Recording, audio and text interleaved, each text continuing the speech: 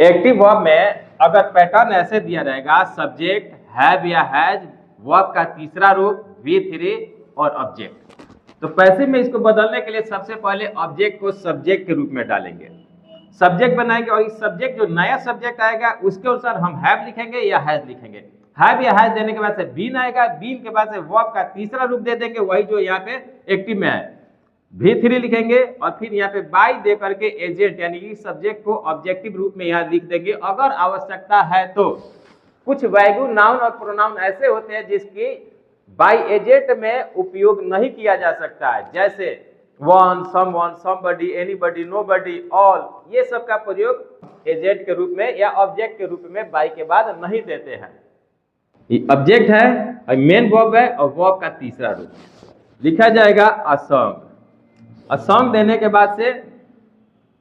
इसके अनुसार हम हेल्पिंग वर्ब का प्रयोग करेंगे। तो ऐसा नहीं है कि हैव होगा तो हैज कर देंगे, हैज होगा तो हैव कर देंगे।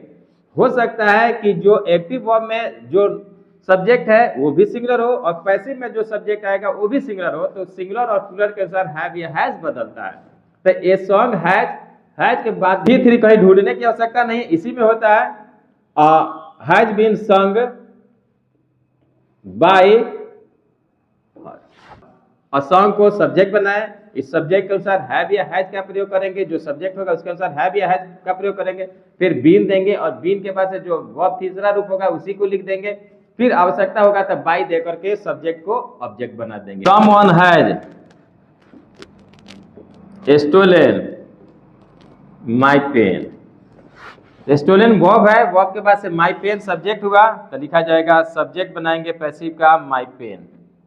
ऑब्जेक्ट को सब्जेक्ट बनाएंगे माय पेन,